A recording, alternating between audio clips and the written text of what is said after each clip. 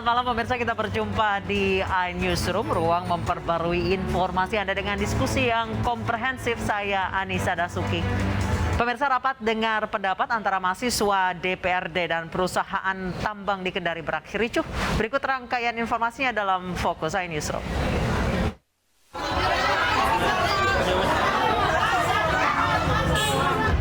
Puluhan warga Banjarnegara, Jawa Tengah ini nekat berdesakan demi mendapat minyak goreng murah. Dalam operasi pasar ini, minyak goreng dijual seharga Rp13.500 per liter.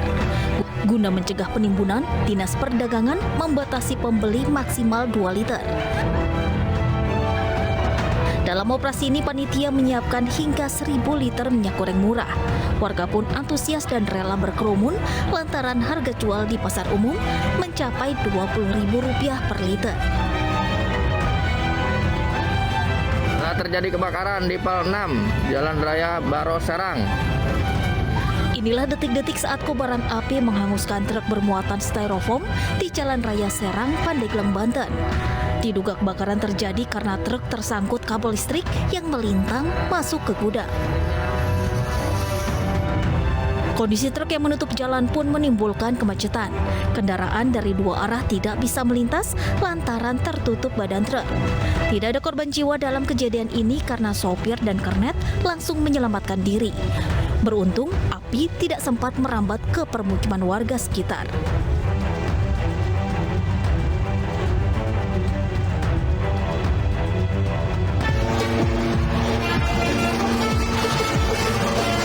Mobil yang nekat lawan arus ini akhirnya mundur setelah dari arah berlawanan muncul iring-iringan truk. Setelah mundur dan menepi ke bahu jalan, rombongan truk dan kendaraan lainnya akhirnya bisa melintas. Kejadian ini berlangsung di kawasan Gresik, Jawa Timur. Video ini viral di media sosial dan mengundang berbagai tanggapan. Sebagian besar warganet menilai mobil hitam tersebut nekat dan membahayakan keselamatan pengendara lain.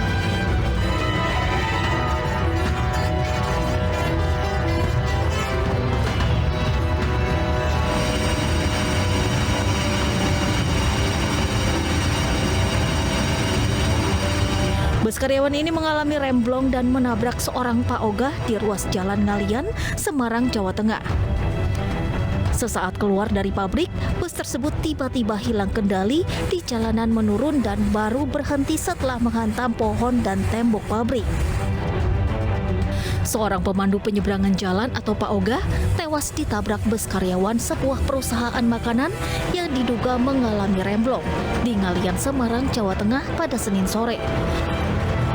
Berdasarkan keterangan saksi mata, saat itu kondisi pagar pabrik terbuka setelah ada bongkar muat. Kasus kecelakaan ini kini dalam penyelidikan lebih lanjut unit Satlantas Polrestabes Semarang.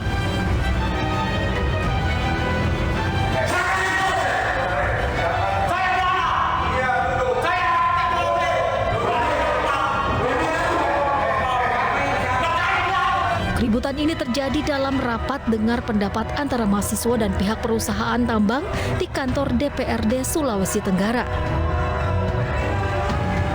Situasi memanas lantaran pihak perusahaan tambang tidak terima dengan pernyataan yang dilontarkan mahasiswa.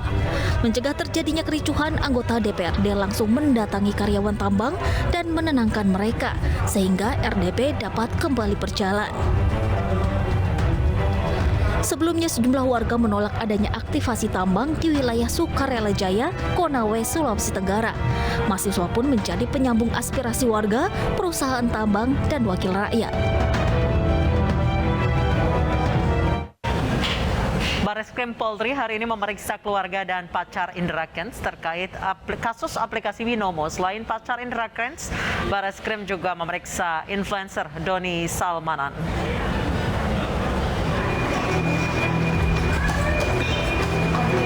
Penyidik Bareskrim Polri hari ini memeriksa 2 saksi terkait kasus aplikasi Binomo yang menjerat Indra Kents. Kedua saksi yang diperiksa terdiri dari pacar dan calon mertua Indra Kents. Pacar Indra Kents, Vanessa Kong, tiba di Bareskrim Selasa siang didampingi 2 pengacaranya.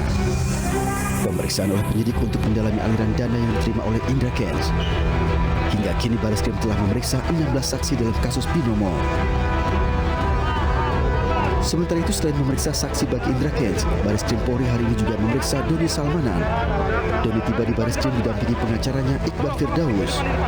Doni mengaku mempercayakan kasus hukum yang kini dijalaninya kepada polisi. Untuk saat ini proses saya sudah diproses sama pihak kepolisian. Saya percayakan kepada pihak kepolisian. Semuanya sudah.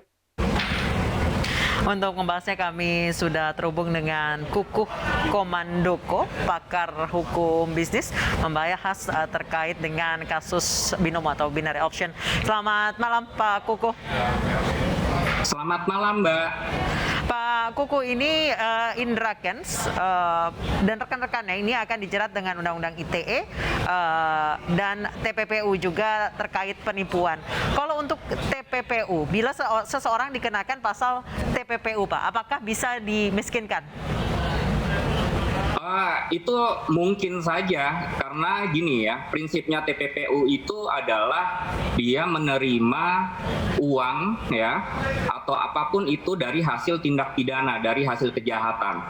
Ya, prinsipnya tindak pidana pencucian uang adalah seperti itu. Jadi yang dirugikan itu juga sifatnya juga lebih luas ya dari dalam hal ini. Nah, artinya di sini tidak hanya negara tetapi juga terutama sekali adalah masyarakatnya ya, yang terutama para nasabah-nasabahnya atau siapapun pemain dari aplikasi tersebut ya.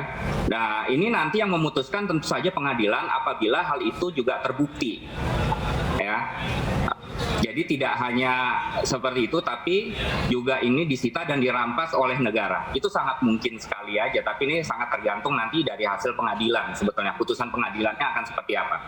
Baik, disita dan dirampas oleh negara. Sementara yang dilakukan Indra Kents sebagai afiliator adalah mendapat keuntungan dari loss member di binary option itu sendiri. Apakah kemudian hartanya bisa dibagikan ke mereka yang kalah dalam judi berkedok investasi ini? Gini, itu di mana-mana kalau yang namanya judi itu sebetulnya adalah ilegal ya di negara kita ya. Itu adalah perbuatan yang tidak yang melawan hukum ya. Jadi kalau kita bicara sesuatu yang ilegal ya, karena prinsipnya adalah ilegal, ya itu dikembalikan lagi nanti. Maksudnya bukan dikembalikan ke dikembalikan lagi kepada para pemainnya ya, tetapi itu dikembalikan kepada putusan hakim ya. Nah, tapi kalau saya berpendapat di sini karena ini adalah sesuatu perbuatan yang ilegal, ya menurut saya itu belum tentu juga akan dikembalikan gitu. Tapi ini sangat tergantung nanti dari putusan hakim.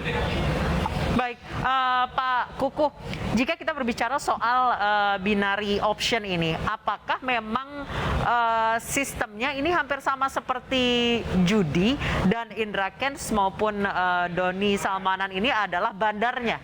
Jika dianalogikan, sama tidak seperti itu?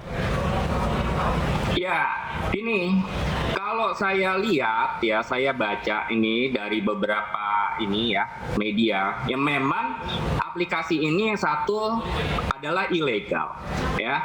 Dari Satgas Investasi sendiri juga sudah menyatakan demikian ya. Nah, jika memang ini ilegal, apapun itu bentuknya aplikasi, maka itu adalah sesuatu yang sifatnya melawan hukum.